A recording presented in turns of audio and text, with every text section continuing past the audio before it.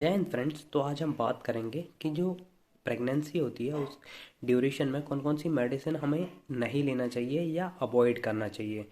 तो सबसे पहले बात करते हैं कि प्रेगनेंसी में मेडिसिन अवॉइड क्यों करना चाहिए। तो उसके दो रीज़न होते हैं। पहला तो कि प्रेग्नेंट जो लेडी होते हैं उनमें बहुत सारे हार्मोनल चेंजेस होते हैं जिसके कारण जो मेडिसिन का इफेक्ट है वो अल्टर हो सकता है। उसके जो मेटाबोलाइट्स मतलब जो उसके प्रोडक्ट होते हैं ब्रेक डाउन होने के बाद जो प्रोडक्ट होते हैं वो भी हार्मफुल बन सकते हैं जिससे कि जो प्रेग्नेंट लेडी होती है उसके लिए हार्मफुल हो सकता है। दूसरा, जो प्रेग्नेंट लेडी के अंदर जो बच्चा होता है, फिटस होता है, जो बेबी होता है उस वो एक्चुअली डेवलपिंग होता है। तो यदि हम उस ड्यूरेशन में कोई भी मेडिसिन देते हैं तो उससे क्या होता है कि जो उनकी ग्रोथ है वो ऑल्टर हो जाती है जिसके कि बहुत से सीरियस साइड इफ़ेक्ट्स देखने को मिलते हैं बेबी में।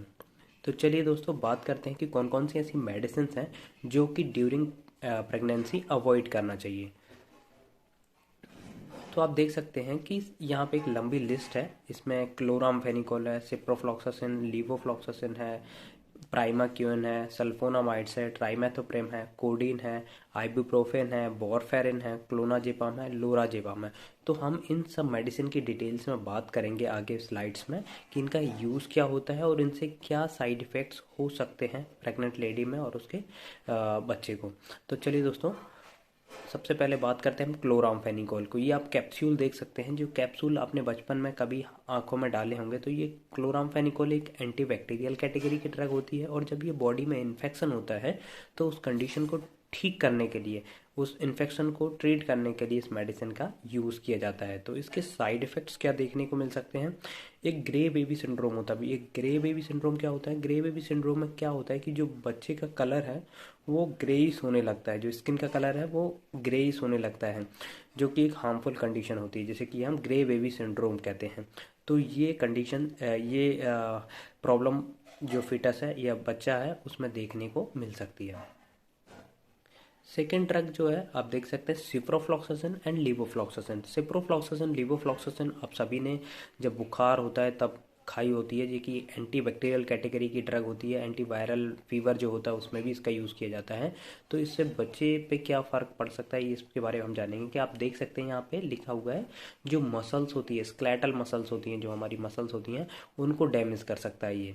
और एओर्टिक टीयर्स आर रप्चर कर सकता है। एओर्टिक जो एरोटा होता है हमारा हार्ट से जहाँ पे ब्लड निकलता है उसको रप्चर कर सकता है। लाइफ थ्रेटनिंग ब्लीडिंग डिसऑर्डर उसमें देखने को मिल सकते हैं, ब्लीडिंग डिसऑर्डर मिल सकते हैं देखने को। और increase the chances of miscarriage. अब मिसकैरेज क्या होता है कि अन एंडिंग ऑफ जो प्रेगनेंसी होती है वो प्री मैच्योरली टर्मिनेट हो जाती है। तो उस कंडीशन को मिसकैरेज कहते हैं। तो इसमें क्या होता है कि जो फीटस डेवलप होता है और लगभग 20 वीक से पहले वो टर्मिनेट हो जाती है प्रेगनेंसी, उस कंडीशन को मिसकैरेज कहते हैं। तो सिप्रोफ्लॉक्सासिन और लीवोफ्लॉक्सासिन हमेशा अवॉइड करना चाहिए ड्यूरिंग प्रेगनेंसी।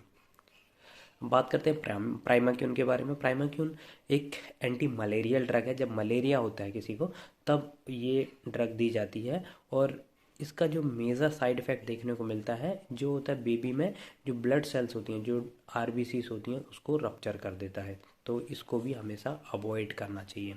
अब बात करते हैं सल्फोनामाइड्स के बारे में। सल्फोनामाइड्स भी एंटी बैक्टीरियल कैटेगरी की ड्रग है और ये जनरली इसमें यूज़ किया जाता है जब इरिटेबल बोल सिंड्रोम टाइप के होते हैं। और एंटी बैक्टीरियल भी होता है और जिसको जो बैक्टीरिया जब ग्रोथ बढ़ जाती है उस कंडीशन को ठीक करने के लिए इसका यूज़ किया जाता है। तो इसके जो साइड इफ़ेक्ट्स होते हैं उनमें जो मेजर साइड इफ़ेक्ट होता है तो बच्चों में जॉइंटिस देखने को मिल सकता है। जॉइंटिस मतलब जो स्किन का कलर पूरा येलोइश हो जाता है, उसमें क्या बिलिरुबिन बढ़ता जाता है जो कि हमारे स्किन में येलो कलर से रिफ्लेक्ट होता है। दूसरा, इसमें भी मिसकैरेज के चांसेस होते हैं। ट्राइमेथोप्रेम ये भी एक एंटीबायोटिक कैटेगरी की ड्रग है और ये भी बैक्टीरियल इन्फेक्शन को ठीक करने के लिए इसको यूज़ किया, ट्रीटमेंट में दिया जाता है। इसका साइड इफ़ेक्ट्स होता है न्यूरोनल ट्यूब। ये आप देख सकते हैं कभी कभी बच्चे के आगे पीछे कुछ सेल मास बढ़ जाता है, उस कंडीशन को कहते हैं हम न्यूरोनल ट्यूब डिफेक्ट। तो ये कई तरह से हो सकता है। आप देख सकते हैं हेड में भी होता है, बैक में भी होता है। तो इस कंडीशन बच्चे में देखने में मिल सकती है। आइबुप्रोफेन आइबुप्रोफेन एक फेमस एनाल्जेसिक है। एनाल्जेसिक का मतलब होता है जो पेन किलर, मतलब पेन को, दर्द को कम करने के लिए इसका यूज़ किया जाता है। इसके सीरियस साइड इफेक्ट्स बहुत ही सीरियस हो सकते हैं। आप देख सकते हैं एक लंबी लिस्ट है: miscarriage, delayed onset of labour, premature closing of foetus, जॉइंटिस, haemorrhagic for both mothers and baby. और देख सकते हैं आप बहुत एबनॉर्मल विटामिन के लेवल, ये बहुत सारे इसके साइड इफ़ेक्ट्स होते हैं। तो आइबुप्रोफेन भी हमेशा अवॉइड करना चाहिए। वॉरफेरिन ए जब खून गाढ़ा हो जाता है तो उसको पतला करने के लिए वॉरफेरिन का यूज़ किया जाता है। तो वॉरफेरिन भी ड्यूरिंग प्रेगनेंसी अवॉइड करना चाहिए, क्योंकि ये क्लॉट फॉर्मेशन कर सकता है, जो कि एक सीरियस हो सकता है। क्लोनाजेपाम क्लोनाजेपाम जनरली जिन्हें नींद नहीं आती है, एनजाइटी होती है, उन पेशेंट को क्लोनाजेपाम दी जाती है। और ये सीज़र मतलब मिर्गी वगैरह जो होता है उस कंडीशन को ठीक करने के लिए दिया जाता है। यदि आप इसको ड्यूरिंग प्रेगनेंसी में किसी लेडी को देते हैं तो उसमें withdrawal symptoms new born baby में देखने को मिल सकते हैं। सिमिलरली लोराजेपाम, ये भी एक एनजाइटी वगैरह और नींद के लिए जनरली इसका यूज़ किया जाता है मेंटल डिसऑर्डर में।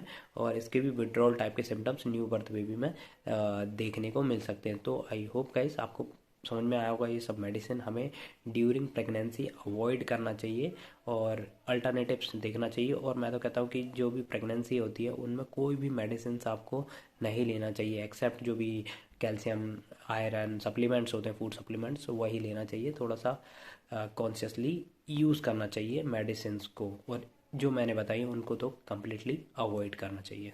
Thank you guys.